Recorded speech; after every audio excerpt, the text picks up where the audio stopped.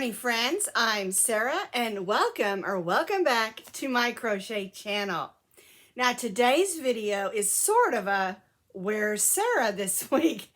And where am I? I'm in the garden. So come take a walk with me and I'll show you how my garden around my house is doing. And maybe I'll even show you the fairy garden. It's a little bit windy, but I wanted to show you the progress of my garden. You can see there's lots of sprouts coming up, and my tomatoes are growing nice and big. And there's Humphrey. Sorry about the noise, it's just so windy, but I wanted to show you the other garden spot. There's cucumbers and peppers, herbs, and more things coming up.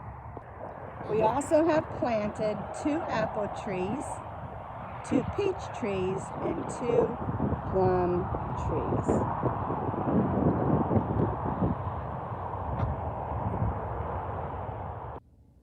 So here's some of the fun things we're going to use in our fairy garden. We've got fairies and houses, and all kinds of different things. You've got some little gnomes there.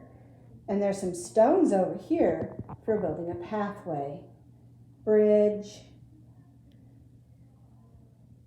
all kinds of fun things.